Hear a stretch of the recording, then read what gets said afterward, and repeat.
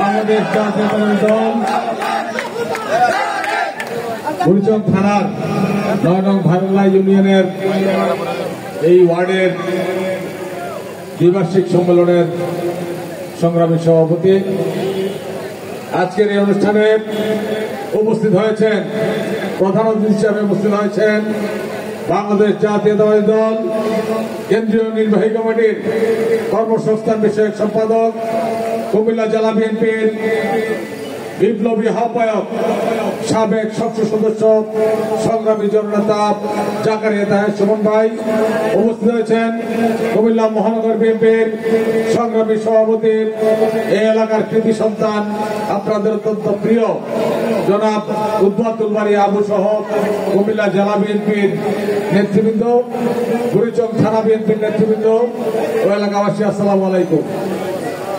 সংগ্রামী উপস্থিতি, বাংলাদেশ জাতীয়তাবাদী দলকে সুসংগঠিত করার জন্য আমাদের প্রিয় নেতা, আগামী দিনের বাংলাদেশ যিনি আমাদের সকলের প্রিয় জনাব তারেক রহমান সাহেবের নির্দেশে এই বাংলাদেশের আগামী দিনের যে সংস্কার কাঠামো ৩১ দফা বাস্তবায়নের লক্ষ্যে তৃণমূলে বিএনপিকে সুসংগঠিত করার জন্য আজকে কুমিল্লা জেলাব্যাপী যে সাংগঠনিক কর্মকাণ্ড চলছে, এই কর্মকাণ্ডে আমরা কুমিল্লা বুড়িচং উপজেলার নেতৃবৃন্দরা যে সফলভাবে এই কর্মসূচিগুলিকে বাস্তবায়ন করেছেন, সেজন্য আমি কুমিল্লা জেলা বিএনপির পক্ষ থেকে, আমাদের প্রিয় নেতা দেশনেতা তারেক রহমানের পক্ষ থেকে, আমাদের নেত্রী দেশনেত্রী বেগম খালেদা জিয়ার পক্ষ থেকে আপনাদেরকে সংগ্রামী মোবারকবাদ, অভিনন্দন জানাচ্ছি।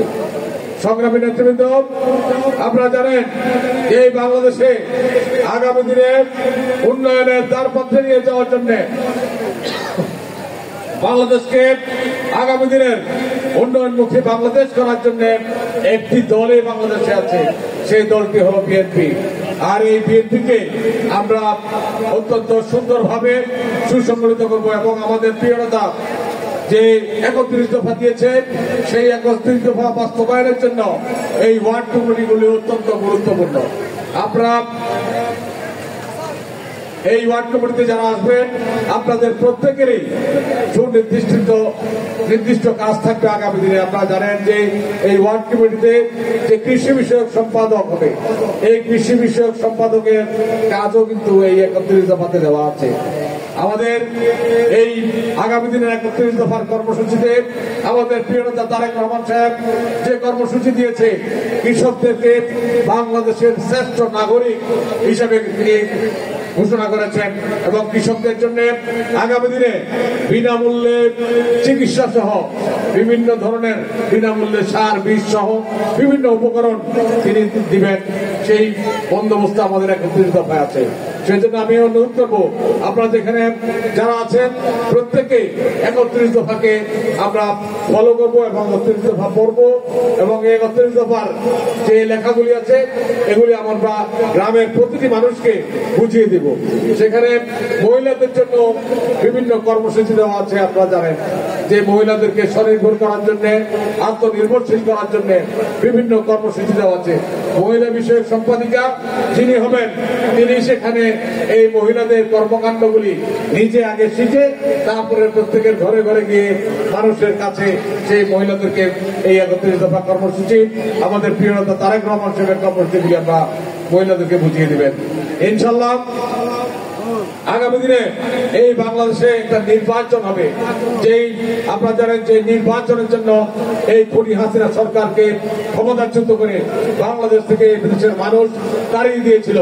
আজকে আমরা আশা করেছিলাম এই সরকারের কাছে যে এই সরকার ক্ষমতায় আসার ৩ মাসের মধ্যে বা সর্বোচ্চ ৬ মাসের মধ্যে নির্বাচনের ব্যবস্থা করবে, কিন্তু আমরা বাংলাদেশের মানুষের ভাগ্যের নির্মম পরিহাস, লঙ্কায় যে যায় সে হয় রাবণ। আজকে এই সরকারও সেই পথ অনুসরণ করছে। আমরা এখনো দেখতে পাচ্ছি যে নির্বাচনের সুস্পষ্ট যে রোডম্যাপ দেওয়ার কথা ছিল, এখনো পর্যন্ত এই সরকার সেই রোডম্যাপ দেয়নি। আমরা এই সরকারকে অনুরোধ করবো যে আপনারা ওই খুনি হাসিনার পথ অনুসরণ না করে বাংলাদেশের মানুষ যেটা চায়, বাংলাদেশের মানুষের অধিকার যেটা ভোটের অধিকার, ভাতের অধিকার নিশ্চিত করার জন্য নির্বাচনের রোডম্যাপ অবিলম্বে ঘোষণা করেন। না হলে এই বাংলাদেশের মানুষই আপনাদেরকে আবার ওই শেখ হাসিনার পরিণতির অবলম্বন করতে হবে, পরিণতির দিকে ধাবিত হতে হবে।